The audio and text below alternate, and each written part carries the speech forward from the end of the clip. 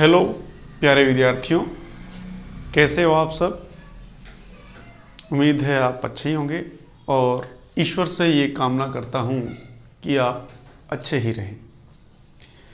तो आज हम बात कर रहे हैं रासायनिक पदार्थों के उपयोग के बारे में।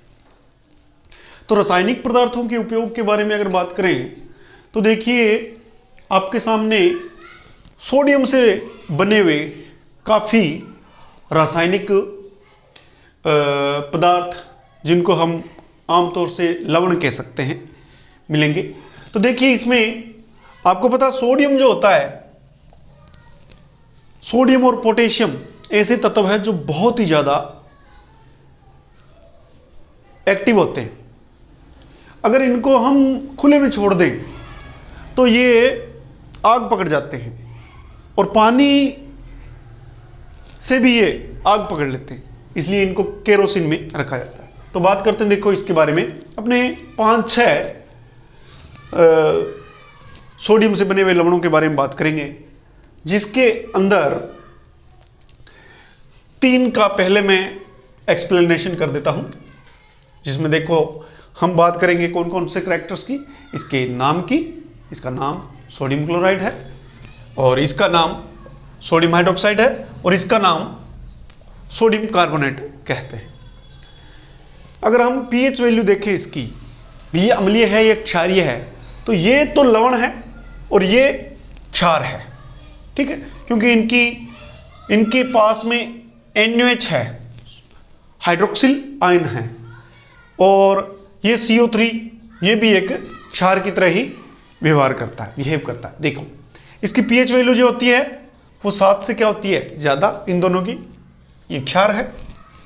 साधारण नाम देखें तो इसका साधारण नाम है सोडियम क्लोराइड, इसका साधारण नाम है सोडा एस या कास्टिक सोडा भी इसको कहते हैं, और इसका नाम है धावन सोडा। तो यहाँ पे देखो ये Na2CO3 और 10H2O जल के अणु जो है, या इसको हम कह सकते हैं 10 जल के अणु हाइड्रेटेड है। तो देखो इसमें इसको याद करने का एक तरीका हमने कहा कि 10 जल के अणु यानी कि 10 रुपए की थैली, सर्फ की थैली, ये एक हिसाब से सर्फ है। अपमार्जक के रूप में भी इसका उपयोग किया जाता है। इसका गलनांक की बात करें तो गलनांक जो है वह पॉइंट होता है जहां पर कोई जो वस्तु ठोस अवस्था से द्रव अवस्था में होती है, तो वो जो तापमान का अंक होता है उसको उसका गलन अंक, मेल्टिंग पॉइंट कहते हैं। हम इसको मेल्टिंग पॉइंट भी लिख सकते हैं, मेल्टिंग पॉइंट।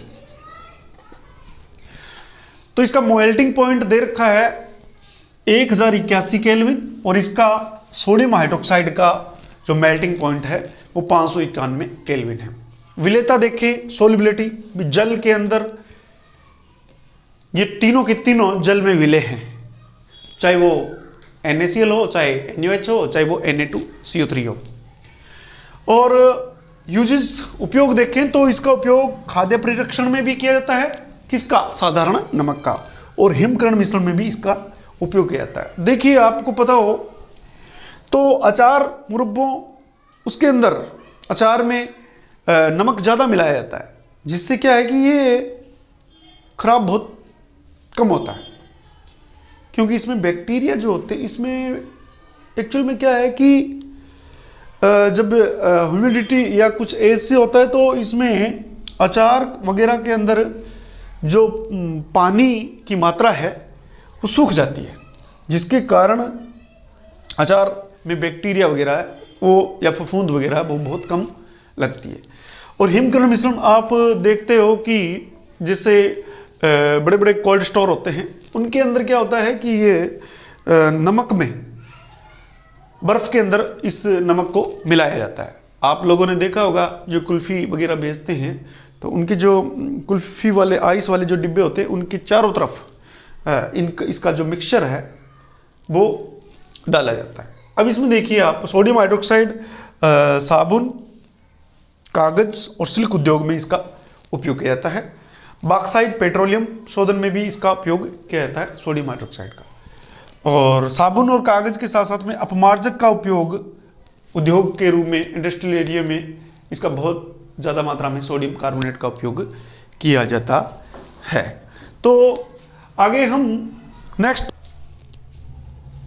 तो अब आगे देखो इसके सोडियम जो क्लोराइड है, सोडियम क्लोराइड में किन किन चीज़ों का निर्माण किया जाता है। तो सोडियम क्लोराइड से सारे जो सोडियम से बने हुए, चाहे वो क्षार है, बेस है, एसिड है, उसका निर्माण किया जा सकता है। जैसे हम पढ़ेंगे NaOH पढ़ रहे हैं, Na2CO3, NaHCO3, CaOCl2, और ये सारी जो चीज़ें हैं, सोडियम हाइड्रोक्साइड ये है, ये बेकिंग सोडा है जिसको अपने बेकिंग सोडे को मीठा सोडा भी कहते हैं या खाने वाला सोडा भी कहते हैं, और ये ब्लीचिंग पाउडर है जो कीटाणुनाशक है या जीवाणुनाशक है जिनको जल के शुद्धिकरण में प्रयुक्त किया जाता है। तो इन सब चीज़ों का निर्माण जो है वो सोडियम क्लोराइड से किया जाता है। सोडियम हाइड्रोक्साइड से वसा और तेलों का निर्माण किया जाता है, फैट्स एंड ऑयल्स का, जो एडिबल ऑयल्स होते हैं जिनको अपने सब्जियां जिनसे बनती है या अलग अलग प्रकार की मिठाइयाँ वगैरह बनाते हैं। और सोडियम हाइड्रोक्साइड और बेकिंग सोडा का निर्माण भी सोडियम कार्बोनेट या धावन सोडे से किया जा सकता है। तो ये इसके यूजेस के अंदर ही आ जाता है भी इनसे किन किन चीज़ों का निर्माण किया जा सकता है। शुद्धिकरण की बात करें तो आपको बता देते हैं कि जो बहुत बड़े मात्रा में जो सोडियम क्लोराइड हमें प्राप्त होता है वो शुद्ध नहीं होता, अशुद्ध होता है। उसमें दो प्रकार की अशुद्धियाँ मिली होती है, एक मैग्नीशियम क्लोराइड की और दूसरी कैल्शियम क्लोराइड की। तो इन कैल्शियम क्लोराइड और मैग्नीशियम क्लोराइड की अशुद्धियों को दूर करने के लिए इसके ढेरों में से जो है हाइड्रोक्लोरिक एसिड्स जो होता है उसको प्रवाहित किया जाता है, फ्लो किया जाता है, जिसके कारण क्या होता है कि अशुद्धियाँ क्या होती है, हट जाती है और जो सोडियम क्लोराइड होता है वो नीचे बैठ जाता है, अवक्षेपित विधि द्वारा उसको निकाला जाता है और जो अशुद्धियाँ हैं उसको ऊपर से हटा दिया जाता है। तो वो बिल्कुल प्योर और वाइट कलर का बिल्कुल शुद्ध नमक प्राप्त हो जाता है। NaOH और सोडियम बाइकार्बोनेट जो है वो रिएजेंट के रूप में भी कार्य करता है, अभिकर्मक के रूप में भी कार्य करता है। तो अभिकर्मक के रूप में जो कार्य है, मतलब अभिकर्मक क्या होता है, जो किसी भी अभिक्रिया जैसे एसिड एंड बेस की अभिक्रिया करवा रहे हैं तो ये पूरी वीक नहीं, इसमें कितना और ज़्यादा डालना पड़ेगा कोई भी जो है विलयन या विलायक, तो उस क्रिया को बताने के लिए अभिकर्मक का उपयोग किया जाता है। और सोडियम हाइड्रोक्साइड और सोडियम बाइकार्बोनेट को, सोडियम कार्बोनेट को रिएजेंट के रूप में भी उपयोग किया जाता है। तो इन तीन जो रासायनिक पदार्थ है इनका हमने इसके अंदर जिक्र किया। अब नेक्स्ट जो आपका वीडियो होगा उसके अंदर हम चर्चा करेंगे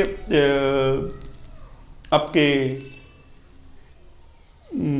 ब्लीचिंग पाउडर का और बेकिंग सोडे का और पीओपी का और जिप्सम का, इनका हम उपयोग करेंगे। उसकी फार्मूलों के बारे में भी बात करेंगे और इनकी जो कुछ महत्वपूर्ण जो रासायनिक पदार्थ है उनके अभिक्रियाओं के बारे में, केमिकल रिएक्शंस के बारे में हम बात करेंगे।